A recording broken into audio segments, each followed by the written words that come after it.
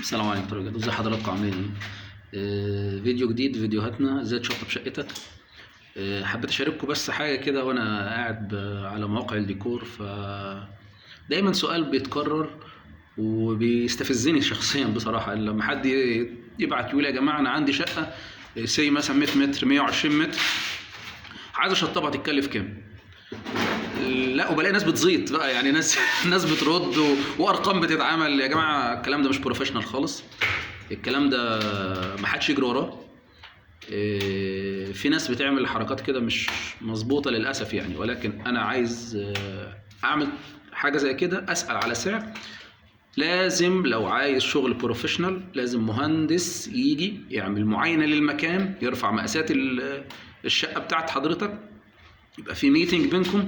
الميتنج ده من خلاله هيعرف فكر حضرتك، اتجاهات الديزاين اللي هو هيشتغل عليه، بناء عليه يقدر يقول لحضرتك التكلفه كام. وكمان الموضوع يبقى استيميتد، مش موضوع مش اكزاكت يعني، لان الاسعار اليومين دول اب اند داون، ما فيش حد بيعرف يعمل كنترول على اي اسعار موجوده خالص. فنصيحتي ما تجريش ورا اي حد يقول لك ايه رقم، لازم يكون في معاينه، لازم يكون حد يعرف منك التفاصيل، بعد كده يقدر يقول لحضرتك التكلفه. وربنا يوفق حضراتكم مع فيديو جديد ازاي تشطب شقتك. سلام عليكم.